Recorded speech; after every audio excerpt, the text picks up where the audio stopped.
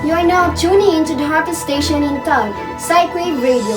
Get ready to ride the waves of information and entertainment while we are exploring the depths and the rhythms of psychology. Hello, Curious Minds. I'm Yancy Macado, guiding you throughout today's exploration. And I'm Irish Kate Matugas, your fellow psychmate in the world of thoughts and emotions. We've got you all covered, so stay tuned and ride the waves with us here on PSYCH Radio.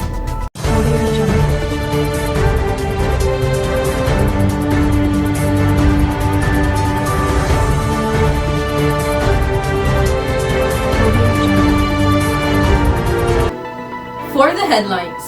For the local news, World Mental Health Day proactively celebrated in a university in Cebu. For the international news, Gaza children paying the highest price of conflict, beyond the breaking point.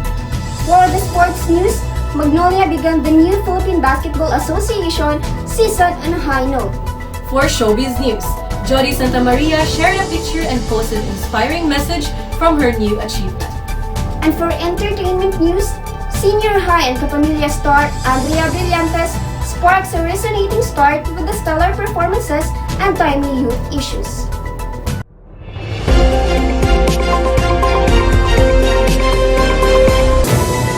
First in the news, World Mental Health Day proactively celebrated in a university in Cebu. Here's Nika Cabonce for the details. CTU or Cebu Technological University, a premier university in Cebu, also took part in celebrating World Mental Health Day in the month of October. The university highlighted this year's theme, Mental Health is a Universal Human Right. An organization in CTU named CTU Association of Psychology Students or CTU APS posted about celebrating World Mental Health Day, stating that our overall well-being is impacted by our mental health. Along the post is a captivating quote by Julian Sifter saying, "You are not your illness. You have an individual story to tell. You have a name, a history, and a personality. Staying yourself is part of a battle."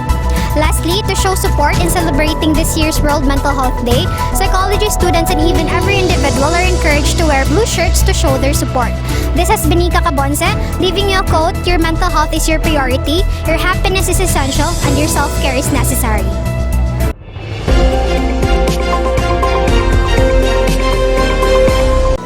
Gaza children paying the highest price of conflict beyond the breaking point. Here's Maria Gina Handumon for the details.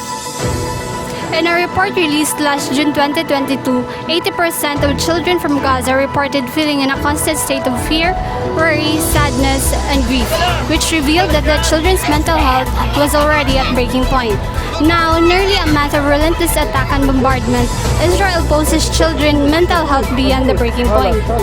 According to the Gaza Ministry of Health, 444 families have lost 2 to 5 members due to the violence in the last 4 weeks, with 192 families losing 10 or more. This means that many children in Gaza are left without family support, which is an essential coping mechanism for traumatized children.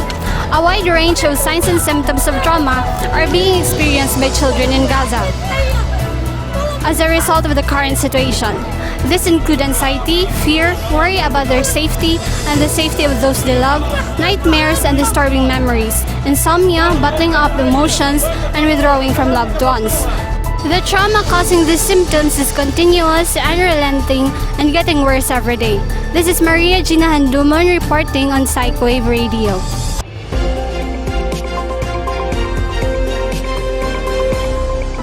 Did you know that evolutionary psychology brought an impact on your life? You might feel jealous when someone flirts with your spouse or partner because long ago, losing a mate meant you could no longer procreate. This is Nina Lo Chavez, your today's trivia master. Don't change your radio station. We will be right back after the short break. Bye! Yes! Woo! Hey, great ice cream, oh! Creamy aroma, num num. Now cream oh fight, real cream oh crumbles inside for more enjoyable break times. Try the new great taste cream oh coffee. You're still tuning here in PSYCH Radio. Time check is 12 noon. Let's go back with our today's news. Magnolia began the new Philippine Basketball Association season on a high note. Here's Grazel Apostol for the details. Thank you, Irish.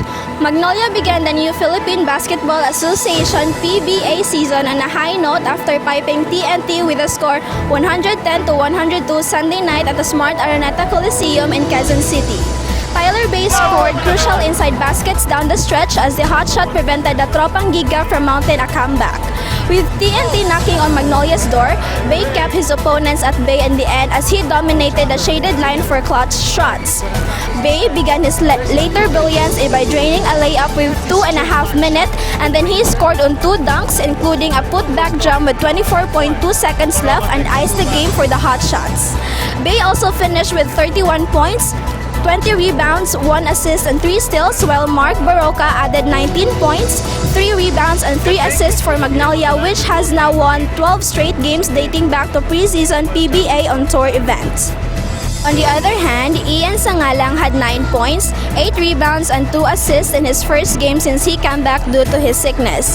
Quincy Miller made 37 points, 14 rebounds, and 1 assist, 2 blocks, and 4 steals, while Calvin Oftana added 28 points, 4 rebounds, 5 assists, 3 steals, and 1 block for TNT, who fell for the 3rd straight time in all competitions in regular season play, including back-to-back losses to China in the East Asia Super League. This is Grazel Apostol reporting on PSYCH Radio.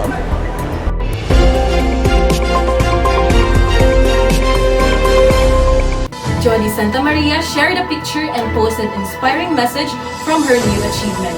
Indeed, never too late to achieving your dreams.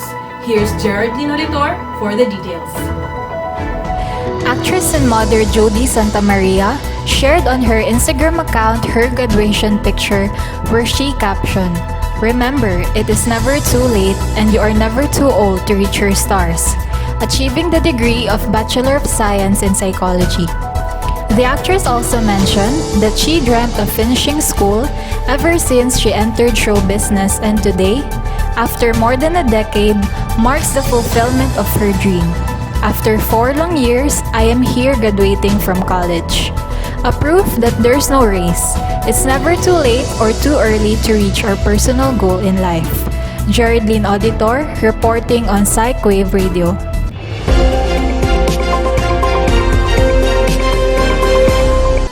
Maybe you are curious why you ever found yourself endlessly scrolling through your social media feed. There's actually a reason for that. It all has to do with the dopamine-seeking reward loop. When you are on your phone, you are stimulating dopamine. Many people know dopamine as the pleasure chemical, meaning it makes you seek enjoyment and pleasurable activities such as food, sex, drugs, etc.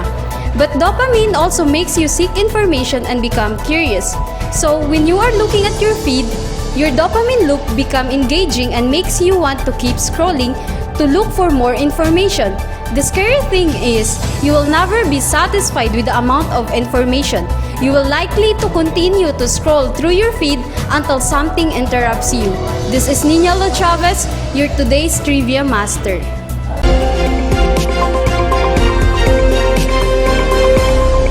Don't change your radio station. We will be right back after the short break. Can you spot the person who isn't safe?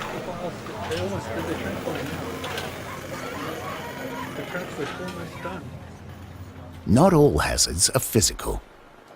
Some are harder to spot.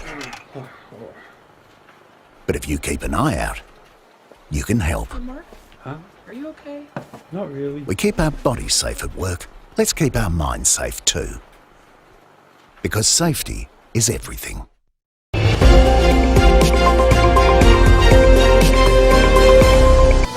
You're still tuning here in PSYCH Radio. Time check is 12:20 p.m. Let's go back to our today's news. For the latest weather forecast, here's Grazel Apostol. Thank you, Yancy. Let's dive right into our weather forecast for today and for the coming days. In Cebu City, it's a beautiful day with clear skies and plenty of sunshine. The temperature is at 30 degrees Celsius, making it an ideal day for outdoor activities.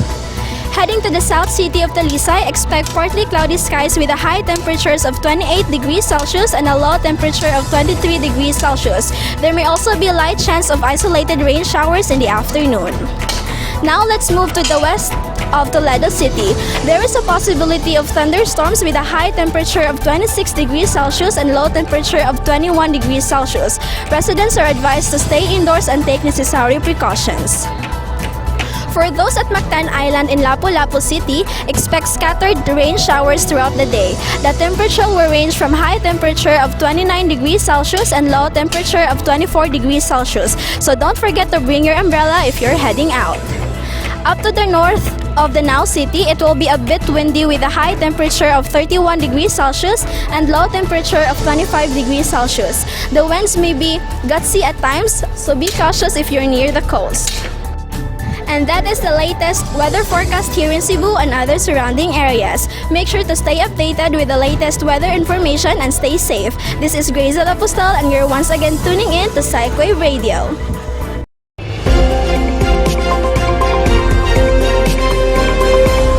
Senior high and Kapamilya star Andrea Brillantes sparks a resonating start with stellar performances and timely youth issues. Here's Nika Cabonce for the details. PSCBN Senior High captivates with exceptional performances and a gripping plot, despite having it aired in an almost 10 p.m. time slot. The mystery thriller series raises awareness of vital issues that transcend social boundaries, particularly relevant to today's youth.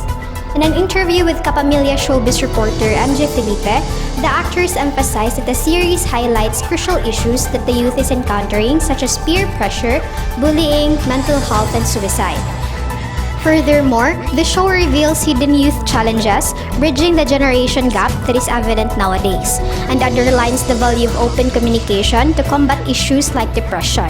It calls on parents and schools to support students' mental well-being, urging collective care for a future free from apathy. Nika Cabonce reporting on PSYCH Radio.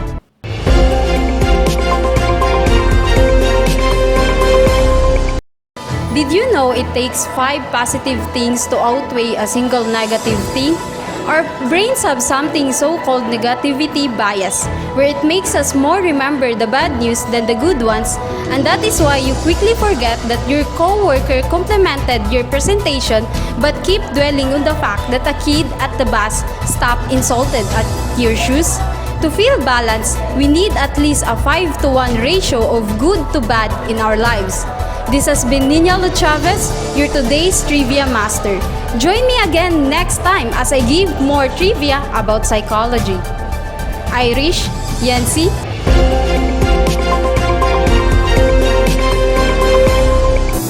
And that's the latest news for today, Thursday, November 30th, year 2023. Join us again next time for another session of entertainment and information.